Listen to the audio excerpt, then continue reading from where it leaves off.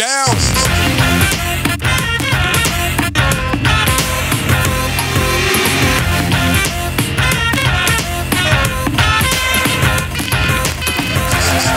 Salut les terriens. Salut les terriens. Bienvenue dans les meilleurs moments de SLT saison 8. Et tout de suite, les meilleurs moments de la P1 de SLT saison 8. Yvan Attal. Yvan Attal, mesdames, messieurs.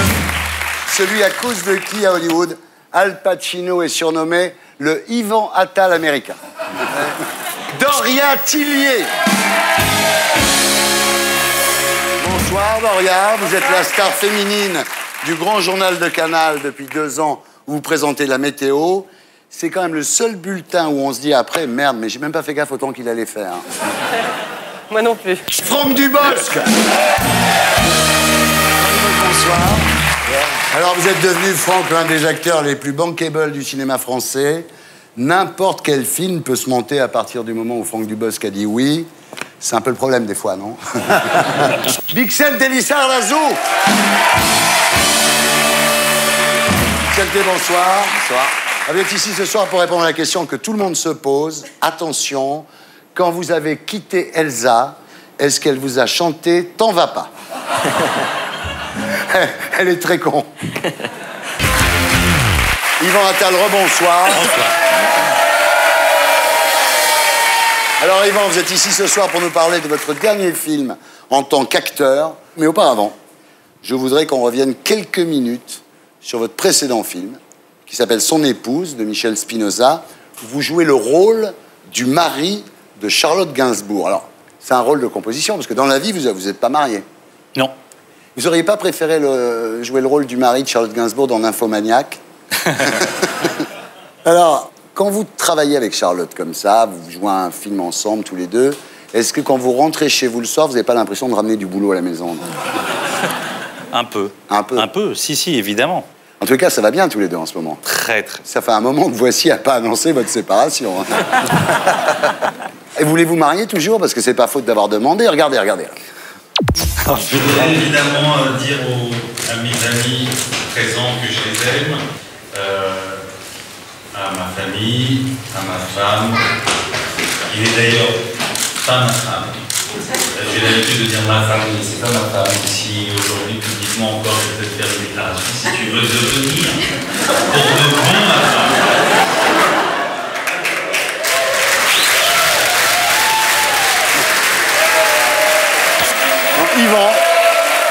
Yvan a demandé Charlotte en mariage. C'était à l'heure du mariage pour tous, je me suis dit pourquoi pas moi. Voilà. Quoi, voilà. Vous n'êtes toujours pas mariés.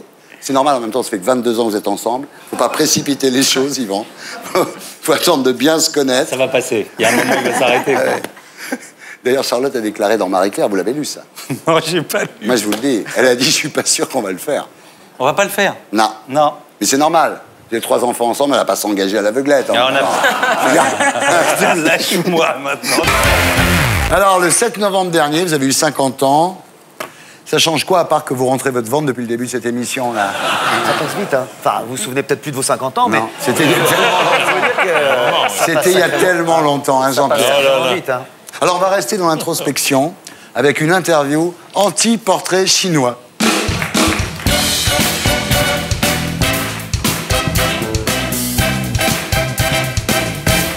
Alors, Franck, si vous étiez un défaut, L'honnêteté. si vous étiez une injure, Jean-Pierre Foucault. si vous étiez une maladie, Je pense que je serais une MST pour refaire des rencontres. si vous étiez un accident, Une chute, mais de rein.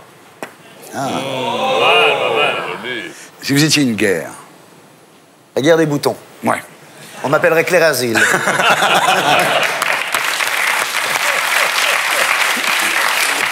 Si vous étiez un supplice, Un supplice. Je serais seul, avec 4 hommes vêtus de cuir, moi entièrement nu, dans une pièce sombre. Béthoni, Il se écoute bien. passerait ce qui se passerait, et il n'y en a aucun qui me dirait « je t'aime ».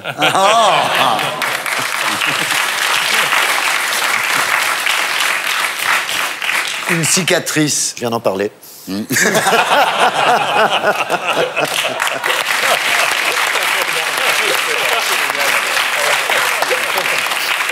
poison. La promo.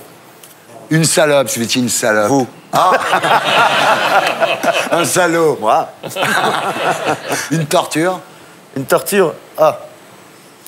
Résister à une gastro chez une fille qu'on vient de rencontrer. Ah, c'est horrible.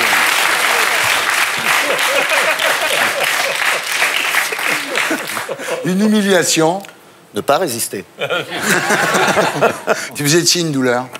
Une douleur. Le manque. Un chagrin. La mort de mon père.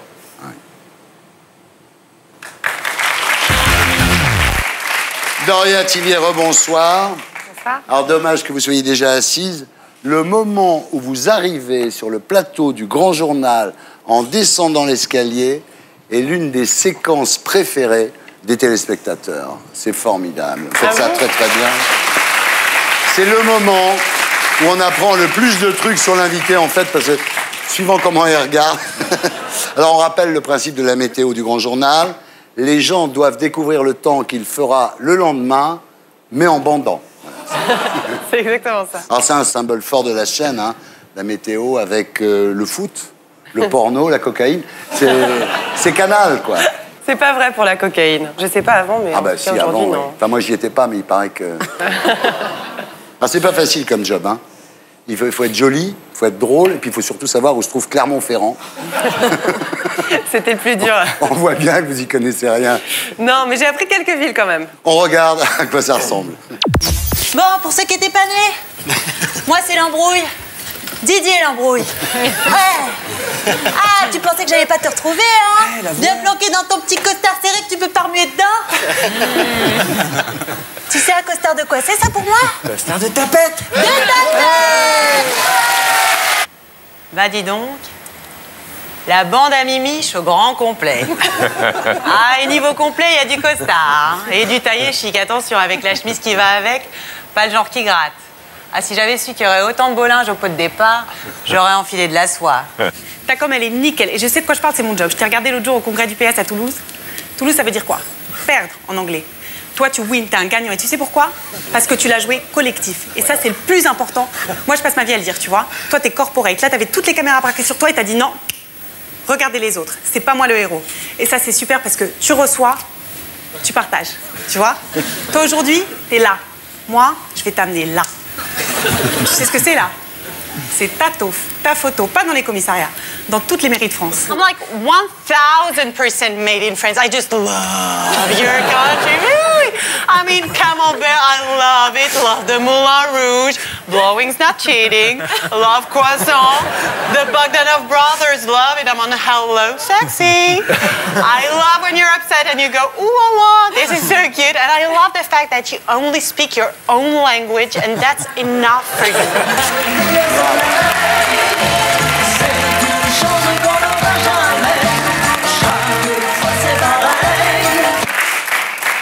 C'est super.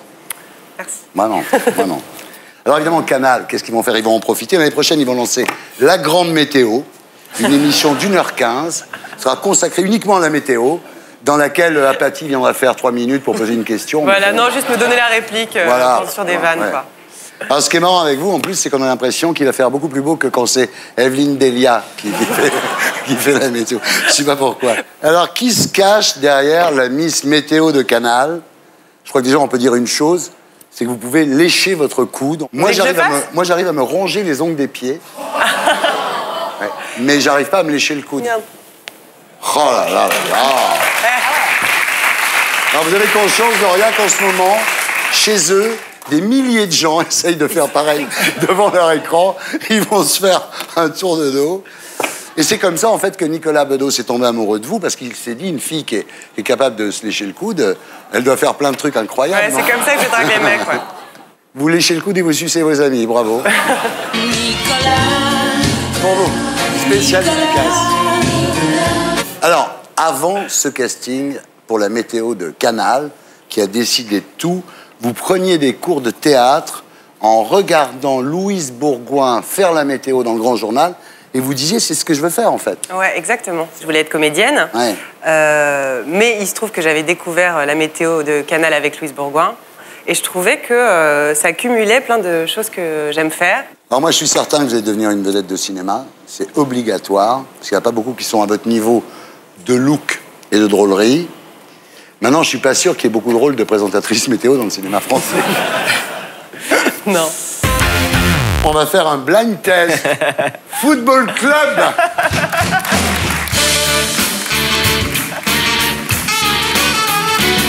Attention, tout le monde peut jouer. Attention, première chanson. André, vous faites un pressing très haut. Pas de tirage de maillot. Qui? Bravo, Luis Fernandez.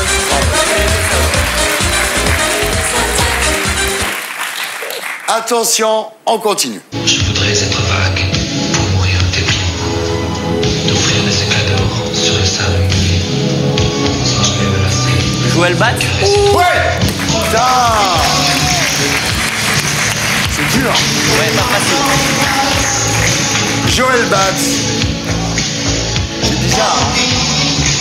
Ça fait un peu rock Mais industriel. il écrivait des poèmes. On continue. Bah, c'est Durkheim, non? T'as remarqué que c'est très... Ah, c'est pas... Pierre François.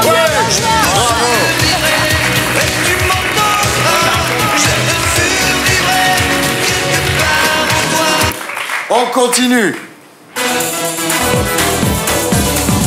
Oh là là. Plan de taxe sur béton pour décor chimérique. L'horizon de graffiti a cassé tes musiques. Il y a une vie de flipper. Yuri Quand Tchakov. dans ta tête, tu ne sais plus où aller, t'es mal. Pascal Olmeta.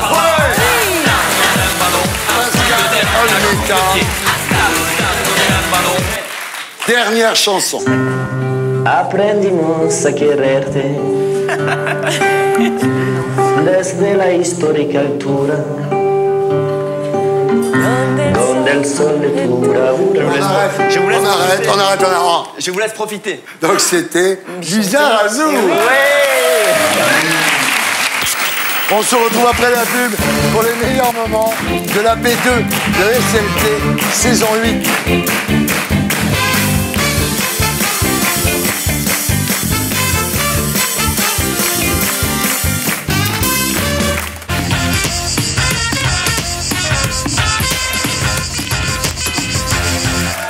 Rebonsoir les terriens, rebonsoir les terriens, re-bienvenue dans les meilleurs moments de SLT saison 8. Et on continue avec les meilleurs moments de l'AP2 de SLT saison 8. Alors Bernard de la Villardière, rebonsoir. Bonsoir. Après Zone Interdite, vous présentez Enquête exclusive sur M6 le dimanche soir à la place du film érotique. C'est pour ça qu'il est souvent question de prostitution, non? Oui, si vous voulez, ouais. Ouais. Ouais, on est fan. Ouais. On va regarder un petit peu le feuilleton, les aventures de Bernard de la Villardière.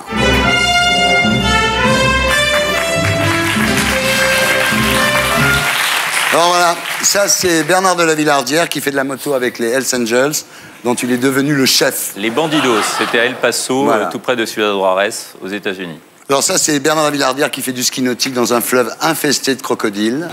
C'était sur la Seine. Ouais. Alors ça, c'est incroyable. Ça, c'est Bernard de la Villardière qui prend le risque d'une thérapie en Amazonie.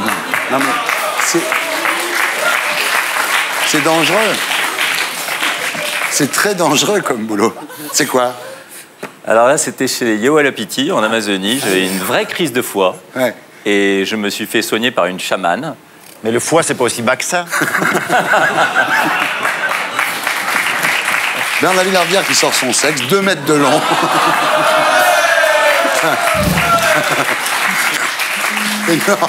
énorme pénis. Bernard de la Villardière qui prend son œuf à la coque quotidien, évidemment. Bernard de la Villardière ne mange pas les mêmes œufs à la coque que les autres, évidemment. Bernard de la Villardière qui lit calmement le journal pendant une explosion nucléaire.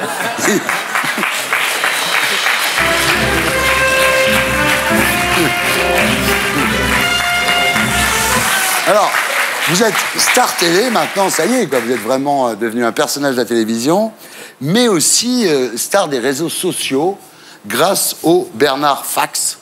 Alors, c'est extraordinaire. Par exemple, il y a Bernard de la Villardière ne ment pas, c'est la vérité qui se trompe. Il y a Bernard de la Villardière court le 100 mètres en 99 mètres. Ça, c'est quand même extraordinaire. Hein. Vous êtes une star sur Twitter, ça y est, non? Oui, tout comme c'est pas Fanny Ardant qui fait du cinéma, c'est le cinéma qui fait Fanny Ardant. Ah! C'est pas faux. Alors, ce que l'on ne sait pas sur Bernard de la Villardière, c'est que vous avez été hippie.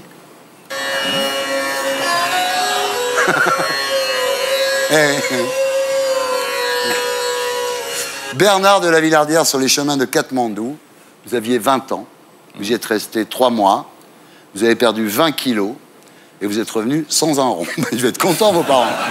J'ai même dû emprunter sur place à des jeunes filles rencontrées sur la route, de jeunes héritières britanniques, anglaises, que j'ai ensuite lâchement abandonnées parce qu'elles étaient tombées malades.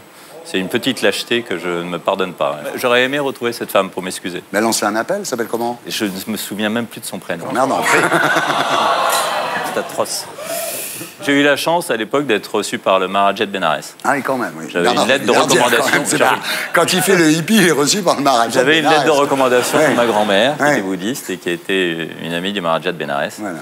Alors, vous avez goûté au cannabis là-bas? Oui. Ça vous a pas plu? Si. Ah.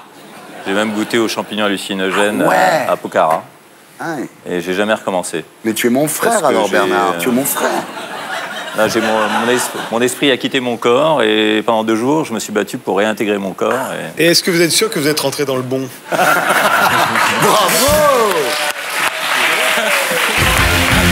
Maintenant que vous êtes actrice, vous ne serez pas étonné qu'on fasse une interview actrice. Ah, bien sûr.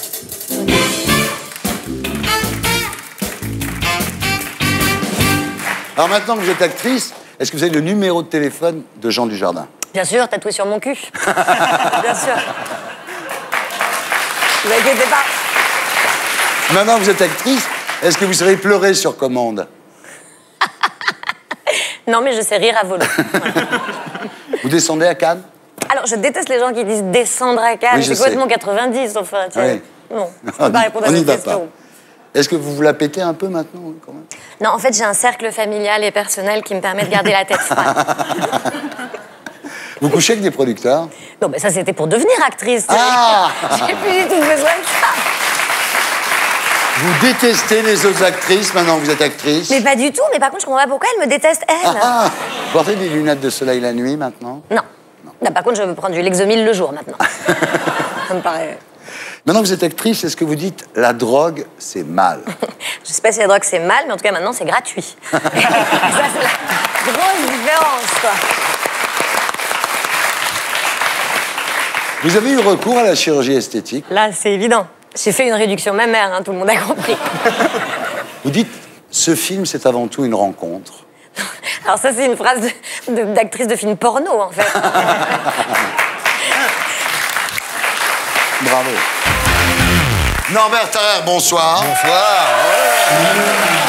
Alors, vous êtes devenu célèbre lors de votre participation à Top Chef en 2012. Exactement. Épreuve gagnée par celui qui deviendra votre ami, Jean Humbert. Oui. Vous n'êtes que 3e. Oui, que non, c'est déjà pas mal. C'est déjà bien. 3e, c'est bien. Surtout que vos répliques deviennent cultes.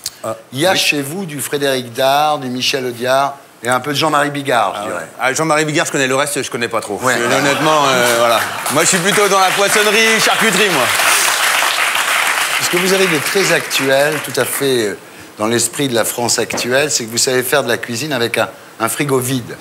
Ah oui, mais j'ai grandi avec un frigo vide. C'est important pour les Français en ce moment. Un frigo vide ou du discounter. Hein. Donc voilà, j'ai appris à me démerder. Justement, j'ai fait un bouquin qui s'appelle J'ai pas un radis sur ça. C'est fou le nombre d'émissions culinaires qu'il y a à la télé en ce moment et le nombre d'obèses qui les regardent en même temps. C'est vrai que c'est ça qui est inquiétant, c'est que moins on a de pognon, plus on est gros. Mais c'est ça qui est inquiétant, faut faire attention à ça quand même. Alors vous allez faire un one-man show qui s'appelle Norbert refait la carte. Oui. Alors comme on vous connaît, les gens vont vous lancer des tomates, vous allez faire une ratatouille, c'est ça? Non, je l'ai fait même monter sur scène. Comme ça, il la jette en pleine gueule directement. Norbert, est-ce que vous parlerez de votre père dans ce spectacle? Ouais, C'est mon secret à moi, quoi. Ça reste. Je crois que c'est l'amour le moins abouti de ma vie. C'est-à-dire votre père, en fait, ce qu'il faut dire, c'était un type qui avait beaucoup d'argent, hein, qui était charcutier, il a travaillé, poissonnier, il avait 4 maisons, un chauffeur, parti en vacances à La Réunion. Enfin, c'était vraiment un type qui avait du pognon. Et vous n'avez jamais eu aucun contact avec lui. Vous n'arriviez pas à avoir un contact avec lui. J'arrive pas à établir le lien. C'est ça, même encore à 34 ans, j'arrive pas à établir un lien. Et alors, on s'est foutu sur la gueule, je l'ai insulté, je lui ai cramé sa baraque, j'ai fait des milliers de conneries. Et pour susciter en lui une réaction, qui me foute une branlée, qui me prenne dans ses bras. Et bizarrement, il n'y a rien. Un jour, quand vous aviez 9 ans, il a dit « C'est pas mon fils, je l'ai eu à la DAS ». En plus, il l'a pas dit face à moi, je l'ai entendu. Ce qu'il faut dire quand même, il vous a planté. Vous viviez dans une maison de 600 mètres carrés de 3 étages et il est parti, vous aviez plus de thunes, vous êtes obligé d'aller vivre dans la ZUP d'Argenteuil. Enfin, je veux dire, c'était violent pour vous quand même. Tu t'adaptes quand t'es petit. Mais aujourd'hui, moi, aujourd'hui, ça va me faire chialer, mais c'est l'amour de mon père, quoi, qui me manque. Même aujourd'hui, je pourrais dire j'ai tout. Mais en fin de compte, il y a toujours une place à prendre, quoi. C'est une place qui est vide, c'est celle de mon père. Et je peux tout avoir. C'est ça qui est dingue, c'est que je me rends compte, et même grâce à la télé, tu peux tout avoir. Mais quand t'as pas l'essentiel, c'est un peu plus compliqué. Alors, ce qui s'est passé, évidemment, à 15 ans, vous faites une tentative de suicide. Ensuite, vous partez dans un restaurant à Londres, au début, comme plongeur. C'est là que vous prenez le goût de la cuisine. En revenant, vous travaillez avec Bernard Loiseau. Exactement. Qui, lui, a réussi son suicide. Contrairement à vous, je veux dire. Ah, bah, moi, j'avais prévu, j'avais pris un truc pour dormir, j'ai pris l'Exomil. Mais comme un con, je l'ai coupé avec du coca, donc ça m'a pas... Et voilà.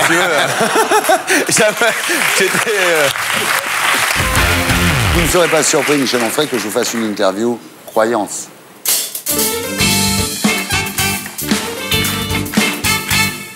Alors, première question, une prochaine guerre de religion, j'y crois pas? Elle est déjà là. La monogamie, j'y crois pas? J'y crois pas. C'est comme Dieu, on n'a pas de preuves. Hein, l'islam est dangereux, j'y crois pas? J'y crois. Lisez le Coran, lisez les hadiths du prophète. C'est antisémite, c'est misogyne, c'est phallocrate. C'est dans le Coran. Hein. Moi, je l'ai lu. C'est une caricature. Oui, bien sûr. C'est vous la caricature, qui n'avez pas lu le Coran, qui n'avez pas lu tout ça, qui avait un jugement, effectivement. Ce sont les religions. Je parle des religions. L'islam, c'est la même chose pour moi que le judaïsme, c'est la même chose que le christianisme, c'est la même chose pour toutes les religions qui nous mettent à genoux. Oui, il faut dire qu'il est aussi violent sur les autres religions que sur l'islam. Alors, BHL et de gauche, j'y crois pas? J'y crois pas du tout. C'est marrant. Enfin, ceci dit, il est socialiste, oui, bien sûr. Oui. L'Europe est condamnée à mourir. J'y crois pas? Elle est déjà morte. Juste, je vais partir avec maman avec ce qu'il a dit sur l'islam. DSK se présentera en 2017. J'y crois pas? Tout est possible. Sheila est un homme. J'y crois pas? J'y crois pas, non. Jésus a marché sur l'eau. J'y crois pas? Je ne crois pas à Jésus déjà, donc... C'est compliqué, là. On peut aimer la même personne toute sa vie. J'y crois. La taille, ça compte? 2.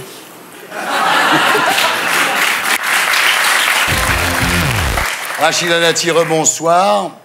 Vous avez donc été réélu successivement maire du 7e arrondissement de Paris et députée européenne. Députée européenne, ça veut dire Strasbourg, quoi. Le cauchemar ne finira jamais, quoi.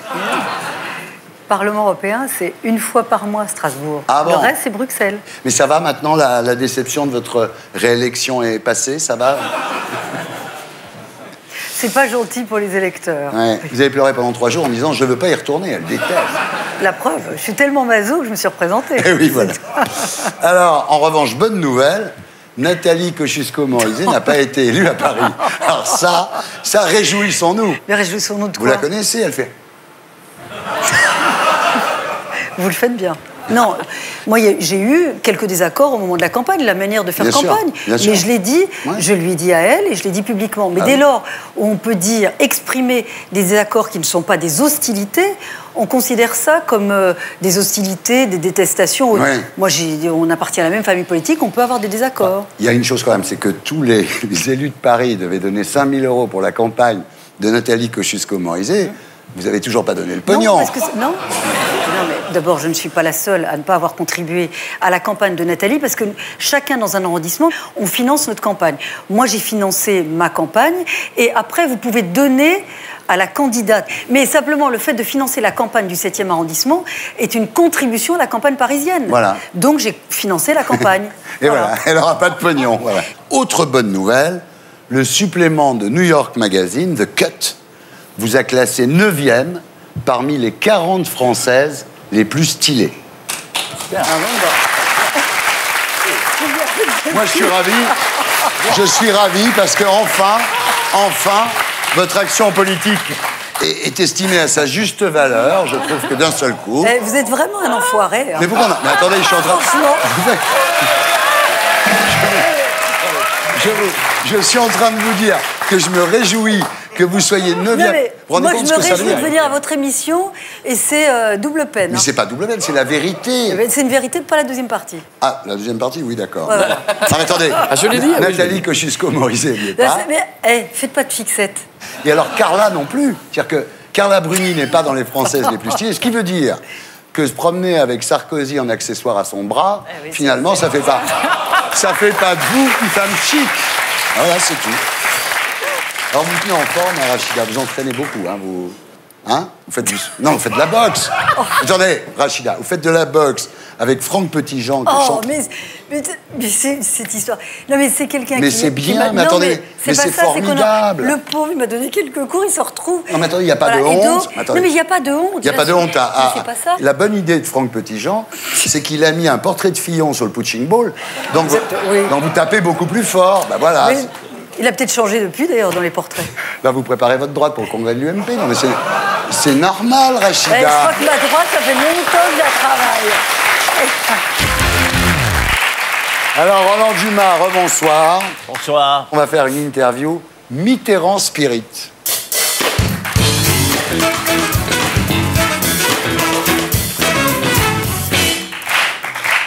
Je t'écoute, François. Tiens, Dumas, qu'est-ce que vous faites là, mon vieux? Est-ce que vous baisez toujours autant? Pourquoi pas? Et Danielle, elle va bien? Elle est morte. Merde. Il paraît qu'elle a eu une aventure avec le sous-commandant Marcos. Est-ce que c'est vrai?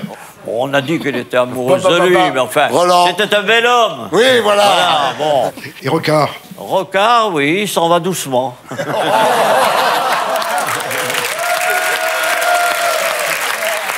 Et Guigou? À Guigou, elle ne s'en va pas. Elle est toujours mignonne? Ouais. Elle était très mignonne il y a 20 ans encore, c'était extraordinaire. Dumas, est-ce que je te manque? Ben oui, toujours. Mais je ne suis pas le seul à dire que tu manques. Tu penses souvent à moi? Ben oui, toujours. Sincèrement, on se sera bien amusé, non? Pas mal. Bon, au revoir. Au revoir. Imbécile. On passe maintenant au dossier de la semaine avec l'édito de Blacko. Et c'est Mathias Girel qui signe la préface du livre Golden Holocaust, la conspiration des industriels du tabac, que nous retrouverons sur ce plateau après le magnéto. Ce soir, nous poserons la question: les industriels du tabac ont-ils commis un crime contre l'humanité?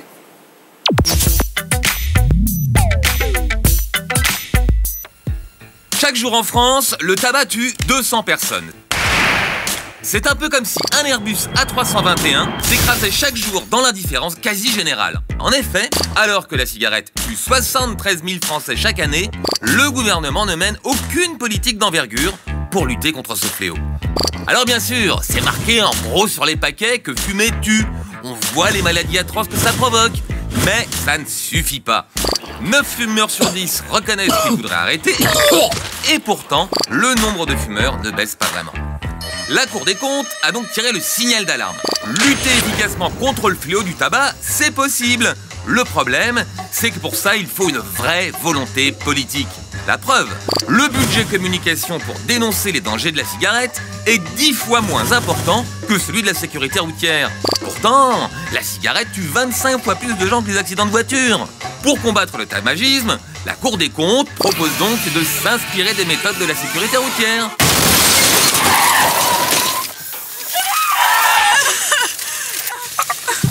Ah, c'est sûr que c'est choquant, mais ça marche. Puisqu'en 90, il y avait plus de 10 000 morts par an sur les routes. Aujourd'hui, il y en a 3 fois moins.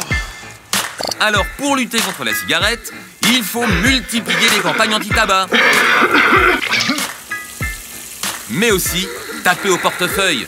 Ça veut dire augmenter le prix des cigarettes, comme en Grande-Bretagne, où le paquet est vendu en moyenne 10 €, mais aussi coller beaucoup plus d'amendes à ceux qui fument dans les lieux publics, mais aussi aux buralistes qui vendent parfois des cigarettes aux mineurs. Dans le fond, c'est quand même beaucoup plus facile d'inverser la courbe des morts du tabac que celle du chômage.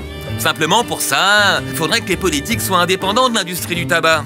Or, ce n'est pas forcément le cas, comme l'a montré Élise Lucet en interrompant un déjeuner entre députés et lobby du tabac. Ça vous pose pas de problème? Là, ça vous pose pas de problème? Dégagez, c'est pas notre problème. Au revoir. Dans son livre Golden Holocaust, le professeur Proctor démontre que tout au long de l'histoire, l'industrie du tabac a corrompu la justice, les scientifiques, même les artistes. Alors, pourquoi pas les politiques? Voilà, c'était l'édito de Blacko, mise en image de Julien Grappe. Bravo. Alors Mathias Girel, bonsoir. Bonsoir. Vous êtes professeur à l'École normale supérieure et vous signez la préface de l'édition française du livre Événement Golden Holocaust. Bienvenue parmi nous, Mathias. Merci. Alors l'auteur du livre, lui, c'est Robert Proctor, qui est professeur d'histoire des sciences à l'université de Stanford. Et il a exploité les millions de pages saisies lors des différentes procédures judiciaires contre les industriels du tabac ces 30 dernières années. En gros, il y a 3 conspirations dans le livre. La première, c'est la manière dont l'industrie du tabac a presque réussi à rendre l'épidémie invisible. 6 millions de morts par an, 72 000 par an en France.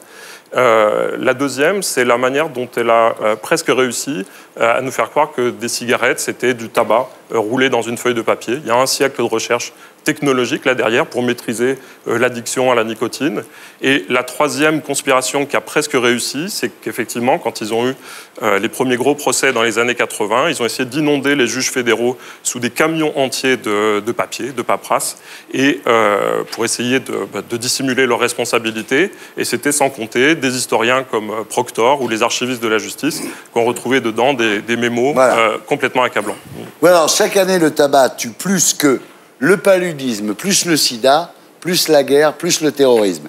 Chaque année, le tabac tue 5,5 millions de gens. C'est l'invention la plus meurtrière de l'histoire de l'humanité. Alors, en fait, il y a eu des études qui ont été faites qui s'appellent les Tobacco Documents. Alors, les Tobacco Documents, c'est les archives internes à l'origine secrète et maintenant publique de l'industrie du tabac, qui ont commencé à être saisies dans les années 80. Et à partir des années 2000, il y a eu un décret qui a ordonné qu'elle soit mise publiquement sur Internet. Au départ, dans les premiers procès, c'était quelques 7 millions de pages. Aujourd'hui, c'est 80 millions de pages qui portent sur tous les aspects, à la fois de la confection du produit, de la communication à son sujet, de la manière dont on va infiltrer le sponsoring du sport, payer de la recherche, sponsoriser de la recherche, mettre des historiens des sciences sous contrôle, sous la coupe de l'industrie du tabac. Oui, alors ce qui est dingue, c'est qu'en fait, ils ont complètement infiltré l'Organisation mondiale de la santé grâce à des scientifiques achetés. Et en fait, on a découvert qu'il y avait une coalition internationale de chercheurs au service du tabac. Oui, tout à fait. C'est-à-dire qu'une des découvertes assez précoces de l'industrie du tabac, qui a compris très tôt que son produit causait des cancers, ils le savent depuis... 1950. Oui, depuis 1950, il y a vraiment des preuves expérimentales. Du lien entre tabac et cancer du poumon. Il y a des preuves qui reposent sur des expérimentations animales, sur des séries statistiques. Ouais. Ils ont des preuves, tout le monde s'y intéresse parce qu'à l'époque, personne ne sait exactement qui est responsable. Ça aurait pu être le papier qu'il y a autour du tabac. Donc il se trouve que le tabac est principalement responsable. Et suite à ça, effectivement, pendant 40-50 ans, ils vont essayer de dissimuler leur responsabilité dans ce lien de causalité. Oui, parce qu'ils s'en aperçoivent en 1950, mais en 1953, il y a une réunion au Plaza à New York de tous les patrons de l'industrie du tabac qui décident de maintenir le doute et ensuite de lancer des recherches leurs. Des fausses pistes. Oui. Il y a un mémo qui est tout à fait accablant de ces années-là, dans lequel un communicant interne du tabac dit « Notre produit, c'est le doute. On va vendre des cigarettes, mais en fait, si on veut continuer à les vendre, il faut arriver à vendre du doute sur la dangerosité du produit.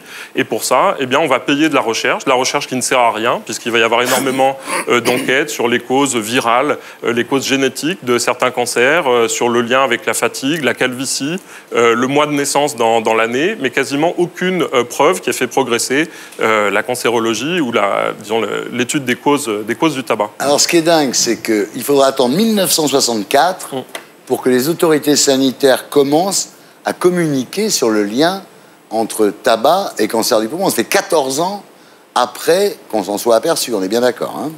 Oui, c'est le rapport du ministre de la Santé des États-Unis qui prend la position publiquement. Et de fait, ça pose la question de la responsabilité, parce que toutes les cigarettes qui ont été fumées en trop pendant ces 10 ans, et bien effectivement, ces 10 ans qui ont été perdus. En fait, ce qu'on découvre aussi en lisant ce bouquin, c'est comment les cigarettiers ont tout fait pour rendre les cigarettes plus facilement inhalables et moins irritantes. Hein. Ils mettent de l'ammoniac, ils mettent du sucre, ils mettent du miel, ils mettent du chocolat. À l'origine, si vous allez cueillir du tabac et que vous le roulez dans du papier, vous n'arriverez pas à le fumer, la fumée est trop âcre. Et il faut une certaine manière de le faire sécher, qui a été découverte au 19e siècle, le séchage à chaud, qui change légèrement l'acidité du tabac et de la fumée et qui permet de l'inhaler. Parce que si on n'inhale pas la fumée, il n'y a pas de nicotine qui descend dans les poumons et il n'y a pas d'addiction. C'est-à-dire que vous ne pouvez pas vendre le produit après. C'est un élément très important. D'addicter les gens. C'est des dealers, en fait, qui te font cadeau de la première dose et qui après t'en vendent. C'est exactement pareil, sauf que c'est à un niveau mondial, avec des milliards de dollars. Et alors, ce qui est très bizarre dans la cigarette, en fait, c'est que c'est pas une drogue récréative. On n'en prend pas pour être bien, on en prend pour pas être mal. Alors, ils sont obligés de faire du marketing. C'est comme ça qu'il y a eu le fameux Cowboy Marlboro. Donc, d'un seul coup, ça devient super de fumer. Sauf que, ce qu'il faut savoir, évidemment, c'est que la plupart des gens qui ont joué le Cowboy Marlboro sont morts d'un cancer du poumon. Ça, c'est prouvé. Hein. Et ils finissent tout seuls parce que ça agit sur l'érection beaucoup. Oui, en plus. Et puis, il y a le cinéma aussi. Ça, c'est un truc très important. C'est-à-dire qu'en fait, il y avait Humphrey Bogart qui fumait, tout le monde trouvait ça génial. Et eux, ils ont travaillé, les attachés de presse, les impresaris du cinéma hollywoodien, pour que les stars fument. Et que donc, les gens comme moi, on a envie de ressembler aux stars et donc on fume, quoi. Effectivement, il y a des études très précises qui montrent l'efficacité de la présence de la cigarette au cinéma. Et d'ailleurs, il n'y a pas forcément de corrélation entre le nombre de cigarettes fumées au cinéma et ce qu'on fumait dans la société à ce moment-là. Notamment, on estime qu'il n'y a aucune société, aucune civilisation au monde qui a fumé autant que dans le film Grease, par exemple, où les gens fument absolument sans arrêt. Bah, Yvan, tu fumes dans le film, toi? Beaucoup, oui. D'ailleurs, je fumais tellement dans le film que ça a été radical. Je me suis arrêté le lendemain. Ah, c'est à cause du film. Ça vous a, c'est une chance. Ça vous a gavé. Je fumais pratiquement 3 paquets de cigarettes par jour. C'est beaucoup, ça. Bah oui, mais il y avait tellement de plans dans le film, il fallait être raccord. Tu fumes là, tu traverses, tu machin. C'était une clope au bec tout le temps. Donc, j'en pouvais plus. Alors, il y a un truc. Alors, c'est pas la faute des cigarettiers, c'est le polonium. En fait, c'est quelque chose que captent les feuilles de tabac. Et l'industrie du tabac mène des enquêtes, découvre ça dans les années 50 et se pose la question de savoir ce qu'il faut faire, puisqu'on a quelque chose de gênant. Laver les feuilles du tabac serait risqué de faire disparaître une partie de la nicotine qui est hydrosoluble, qui se mélange avec l'eau. Récupérer le polonium, c'est compliqué parce que vous devez gérer un produit radioactif. Et donc le plus simple a été de ne rien dire. Et donc c'est ce qui fait qu'aujourd'hui encore, vous avez à peu près la même quantité de polonium 210 dans les cigarettes. C'est un sacré bouquin, hein. T'as fumé, toi? Moi, je fume toujours, oui. Pourquoi? Parce que c'est une question de volonté. Des fois, j'ai pas envie de fumer, j'en rallume une, deux, et ça revient. Ça revient et tout. Il faut s'accrocher, c'est tout. Il faut s'accrocher, c'est comme le vin. Des fois, j'ai pas envie de boire. Et ben, je rebois un verre ou deux et c'est reparti. On se retrouve après la pub pour les meilleurs moments de la P3 de SLT, saison 8. À tout de suite.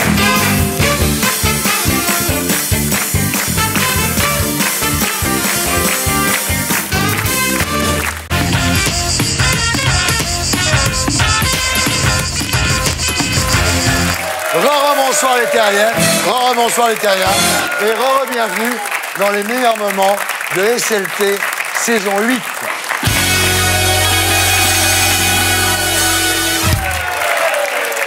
Dans un instant, le meilleur de Gaspard Proust, mais d'abord, le zapping. C'était le zapping et maintenant voici les meilleurs moments de Gaspard Proust dans SLT saison 8. Ça... Bon, moi, je vais pas parler les sujets immigration, tout ça, non. Leonarda. Ah. Ouais. Non, mais la meuf, elle a déstabilisé le pays. Hein. Ouais. Ça a eu des répercussions terribles sur plein de secteurs. Genre, Nabila ne dort plus. Ouais. Elle ne dort plus. Hein. Bon, c'est pas tout à fait la même chose. Contrairement à Nabila qui a choisi les paillettes, Leonarda a choisi l'école. Bon, c'est normal. Elle a quand même dû se rendre compte que pour faire escorte, c'était pas gagné d'avance, quoi, tu vois. Non, mais... Moi, en tout cas, j'espère qu'elles vont pas trop se tirer la bourre, parce qu'après, une qui veut faire le buzz, l'autre qui veut faire le contre-buzz. Parce que Nabila, récemment, a fait ça au Grand Journal. Elle a écarté son entrecuisse et on a vu le toboggan à mioche, quoi. On a vu le... Ouais. Non, mais faudrait pas que Leonarda ait la même idée. Je dis, on reçoit déjà assez d'images violentes de Syrie, tu vois. Mais je dis ça, attention, je vois que Plenel me scrute avec ce petit œil, mais parce que, mince, mais pardon, quoi. Il n'y a pas des sujets plus importants que de stigmatiser les étrangers, Filippo? C'est insupportable. Cette quête du bouc émissaire. Bonjour, petit mouton de l'Aïd. Voir l'autre comme un problème, alors qu'il peut être une solution. Oh, chut, attention. Bambi traverse le plateau. C'est une honte, Ardisson, de ce qui se passe, de fouler aux pieds ces grands principes que sont le droit du sol. Quand je vois chez moi, chaque jour, ma femme de ménage le lustrer avec passion. Notre pays, c'est un grand pays. Et on peut faire des choses, comme dirait, je ne sais plus si c'était Sartre ou Anna Gavalda, mais ensemble, c'est tout. Non, mais nous sommes la République. Pardon, le creuset républicain, ça existe. La grande cocotte nationale qui agglomère tout, c'est pas rien. On pourrait pas se rassembler un peu? Non, mais tout le monde, s'il vous plaît.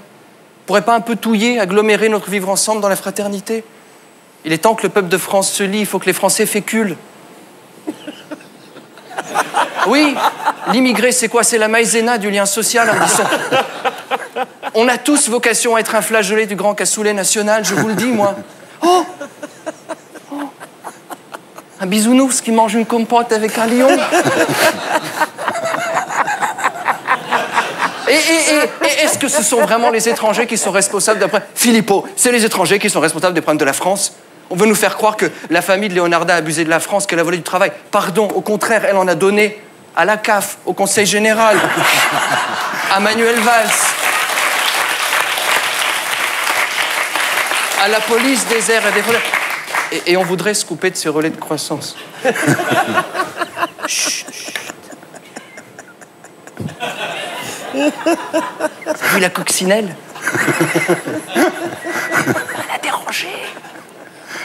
Moi, quand je vois le périple de cette famille qui a affronté les dangers pour rejoindre la France de son Italie natale, traverser les Abruzzes, la plaine du Pô, les orques du pays du Mordor, les dragons, les agents de Saruman le Gris, l'œil de Schengen qui voit tout, qui surveille tout. Et ils ont évité jusqu'à l'arrivée dans le Doubs, ce pays des hobbits. Voilà. Hein? Je sais pas encore si c'est... Oui, c'est ça. C'est une licorne qui accouche. Nous, le pays de Hugo, on se refuserait à accueillir des petits Thénardier? Non, mais s'il vous plaît, les Dibrani sont innocents. Voilà une famille qui a toute sa place en France. À la télé aussi, mais pas à la rubrique fait divers, mais dans une famille en or. Ou une famille en cuivre, je ne sais pas. Il faut être sérieux. Alors, on peut se poser peut-être une seule question. La seule question que personne n'a posée. Ces gens qui viennent pour intégrer un pays plus riche, qui veulent offrir à leurs enfants des meilleures écoles, qui veulent gagner plus d'argent pour progresser socialement et montrer au pays d'origine qu'ils ont réussi. La seule question que je me pose, c'est mais est-ce que la France a les moyens d'accueillir tous ces gens de droite? Natation. Quadruple amputé.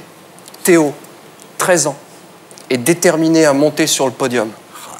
En fait, aux Jeux paralympiques, monter le podium, ça fait partie de l'épreuve.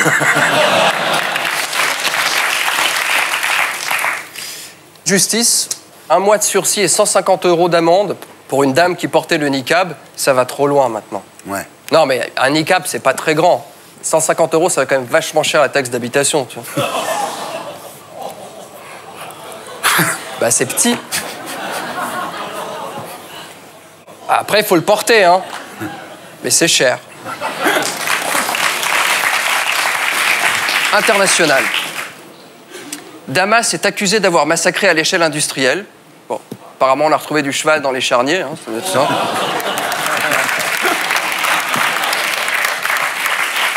Bonne nouvelle, Gattaz a vu son salaire augmenter de 29% cette année. C'est pas énorme, hein? Pour un mec qui doit passer sa journée à discuter avec des syndicalistes. Alors, ta belle la vie. C'était le meilleur de Gaspard Proust. On continue avec les meilleurs moments de la P3, de SLT saison 8. Pierre Fabre, rebonsoir. Vous êtes né à Lyon le 13 juillet 1960. Père cuisinier, mère femme au foyer et 2 frères, un plus grand, un plus petit. Alors, le problème, c'est à la naissance de votre petit frère, quand votre famille déménage dans la banlieue lyonnaise, à Tassin-la-Demi-Lune, et là, le changement d'école est catastrophique pour votre scolarité. Oui, oui, je voulais mourir, oui. Ah ouais? Oui, oui, j'ai chopé la pelade, en fait. J'avais un prof, enfin un instituteur qui s'appelait Monsieur Novell. Et il nous tapait sur les doigts quand on avait des mauvaises notes avec sa règle. Là. Ah ouais. Ouais, je vois le genre, ouais. Voilà, il est un peu vicelard, quoi. Alors, à l'époque, donc, vous allez au catéchisme, vous faites votre première communion, vos parents vous envoient à la messe, mais enfin, ça vous gave. Vous y croyez pas. Alors, avec les filles, ça se passe pas très bien. Et c'est là que vous commencez à passer à la punk attitude, avec le cuir, les clous, les Doc Martens, les crêtes de toutes les couleurs. Enfin, En fait, je suis allé voir un concert contre la police, c'était Rock Against Police. Ouais. Et là, j'ai flashé sur une bande de punk. En plus, les filles étaient magnifiques. Ouais. Donc, je me suis dit, il y a peut-être une ouverture. Parce que moi, j'avais toujours pas rencontré de filles, ouais. Donc ça commençait à devenir pesant. Là, vous goûtez aux amphètes, hein, et à l'acide. Bah, en fait, on fait un peu comme les copains. Alors, votre marginalisation s'accélère, vous devenez complètement destroy. Même vos copains ne veulent plus vous héberger, donc, et vous habitez dans une vieille DS-19 abandonnée. Et pour manger, il vous arrive de n'avoir que des croquettes pour chat. En fait, avec du vinaigre, c'est pas mal. Vous dites, ça tient encore. Oui, c'est moins fait, sec. Avec du vinaigre, c'était plus tendre. Ouais. Ouais. Mais ça se mange.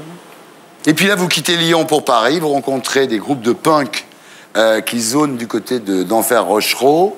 Vous changez votre nom, vous devenez Sapu. Et en fait, j'avais l'impression que personne m'aimait, puis donc je crois que Sapu, ça me correspondait. Alors là, vous passez vos week-ends dans des squats à délirer sous acide, et vous mettez à écrire des chansons. Genre, j'aime pas les bébés, on est laid, enfin des trucs punk, quoi. Ouais. Hein? Ouais, oui. Qui ont eu leur succès aussi. Ouais. Et c'est là que vous rencontrez François Hadji Lazaro, qui est le leader du fameux groupe Les Garçons Bouchés, et vous devenez amis. Et en fait, quand j'étais sous au bar, je chantais mes petites chansons, ça les faisait beaucoup rire, et donc on est devenus copains comme ça. Et voilà. Lors du réveillon du 31 décembre 1986, vous faites une rencontre majeure dans votre vie, c'est Géraldine. Elle a 17 ans, et là, c'est une passion tout de suite, quoi. Et au moment de se fêter la bonne année, au lieu de se faire une bise classique, on s'est roulé les pelles. Et voilà. C'est un peu la belle et la bête, on peut dire, non? Ah oui, oui, tout à fait, oui. Ouais. Là, j'ai découvert des mots barbares, le mascara, enfin des trucs... Ouais. Je savais même pas que ça existait. Et puis un jour, Géraldine vient de fêter ses 18 ans. On découvre qu'elle est porteuse du virus du sida. Vous aussi. Vous dites, je suis pas déçu, j'aurais tant souffert de ne pas partager cette horreur avec elle. J'étais content, oui, de partager ça avec elle. Et puis ça nous a liés, en fait. Ouais. Et voilà, on a commencé un nouveau chemin, un chemin de maladie. En 1989, le chanteur des Garçons Bouchés, donc Eric Blitz, quitte le groupe. Et là, François Hadji Lazaro vous demande de le remplacer. Et là, la même année, vous vous mariez avec Géraldine. Oui, peut-être pour conjurer le sort. En fait, vous savez, comme on ne savait pas combien de temps on allait vivre, on nous parlait à la télévision de cette maladie qui était la maladie des homosexuels. Ouais. Et on ne savait pas combien de temps on allait vivre. Alors, parallèlement, ça marche très bien pour vous. Le groupe Les Garçons Bouchés marchait très bien. Et alors, à chaque nouvel album, vous partez en tournée. Varsovie, Montréal, New York, Los Angeles, Moscou. Malheureusement, pendant ce temps-là, la maladie de Géraldine progresse. Elle perd ses ongles, ses cheveux. Elle finit par être plus très bien. Elle s'endort à table. Enfin, je veux dire, elle est très affaiblie. Vous partez vous installer dans le sud. Et là, elle, qui a toujours été tellement courageuse, tellement battante, elle capitule. Elle commence à avoir des troubles du comportement. Et là, un jour, sans y penser, vous vous mettez à prier. Vous appelez le Seigneur pour sauver votre femme.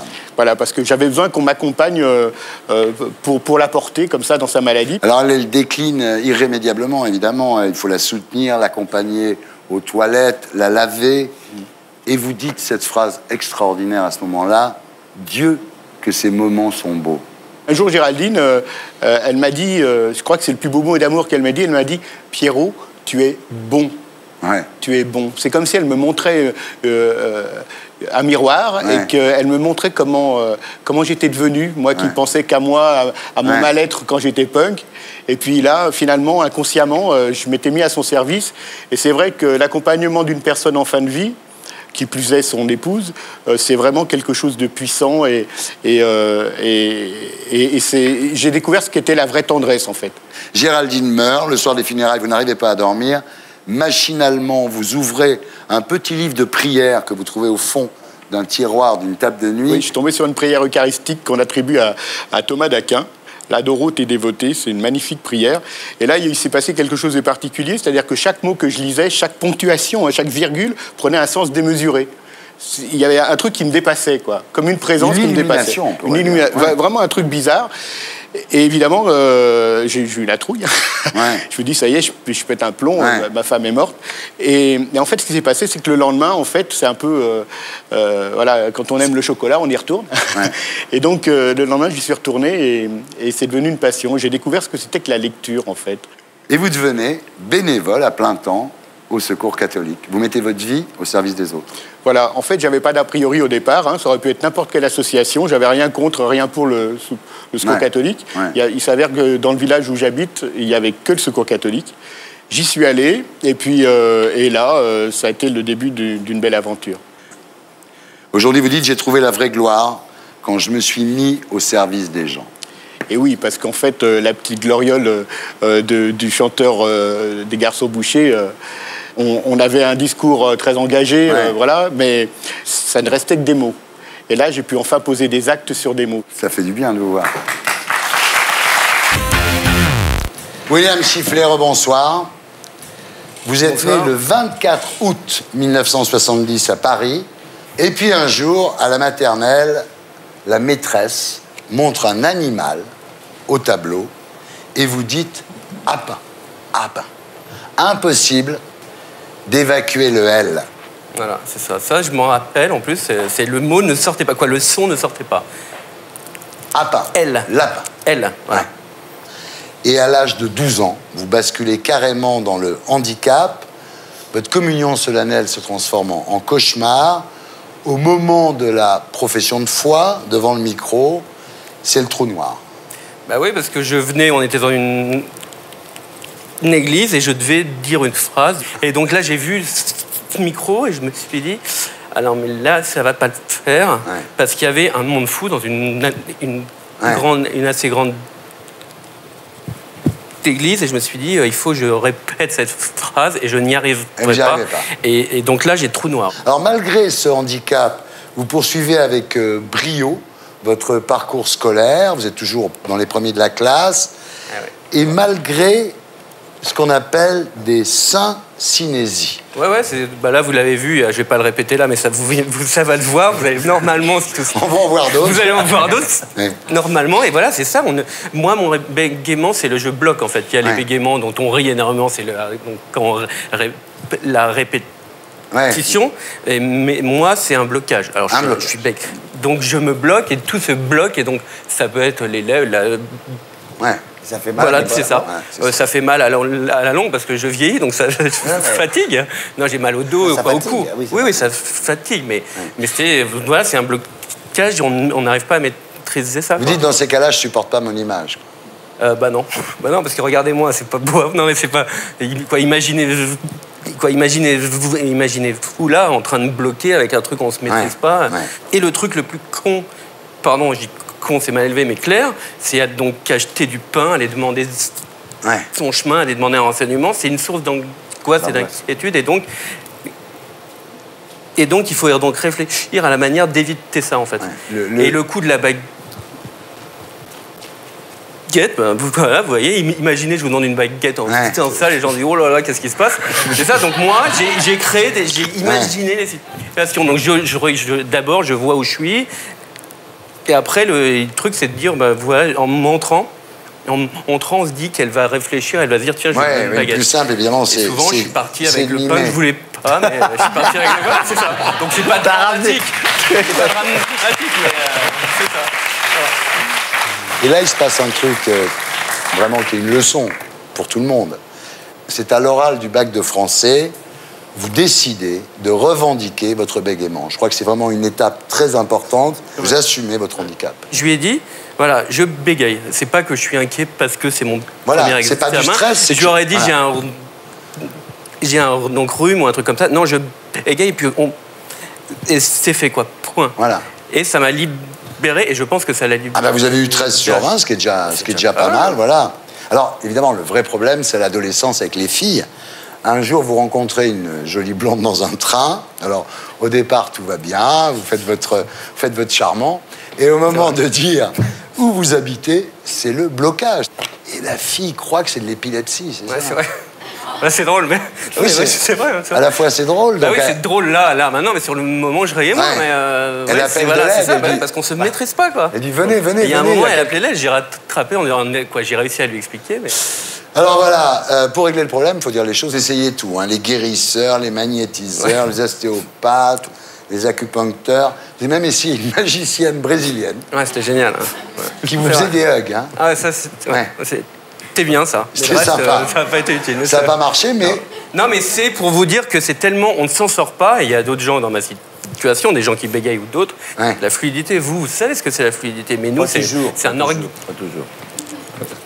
Orgasme presque la fluidité, parce que c'est un truc qui n'arrive pas, quoi. Donc à un moment on essaye tout et on est prêt à tout tenter, quoi. Bah oui. Parce qu'on est exclu un peu de la vie sociale et de la vie... Alors voilà, vous sortez quand même du lycée avec un bac ES, vous intégrez la Sorbonne, d'abord une maîtrise d'économie, enfin en tous les cas ça n'a pas handicapé vos études, ce qui est quand même une bonne nouvelle. Ensuite vous faites un DESS de communication, un stage à France Télévisions. Alors comment ça s'est passé quand vous êtes arrivé à France Télé pour leur dire voilà je vais faire un stage chez vous? On m'appelle, on me donne rendez-vous, et même chose, je dis, voilà, il y a un truc, je bégaye. Histoire d'évacuer et de ne pas dire...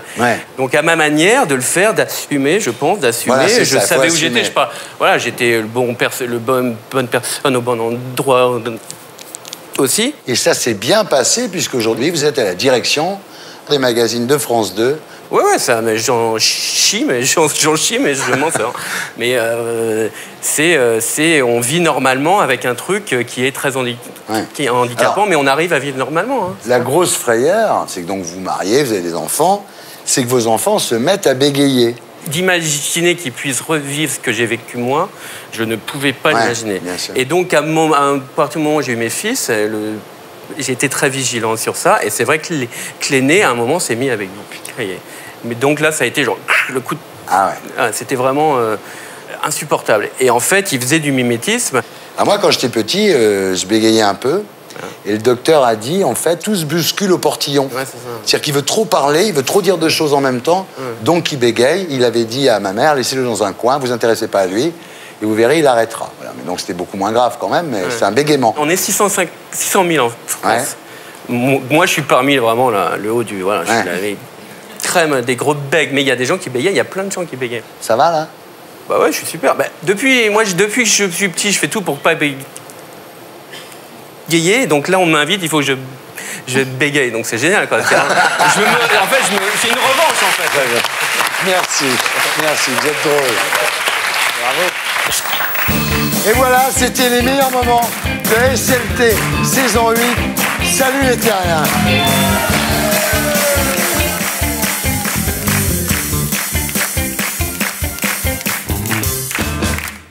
Et pour être sûr de ne rien rater de Inarditube, abonnez-vous et mettez un pouce bleu.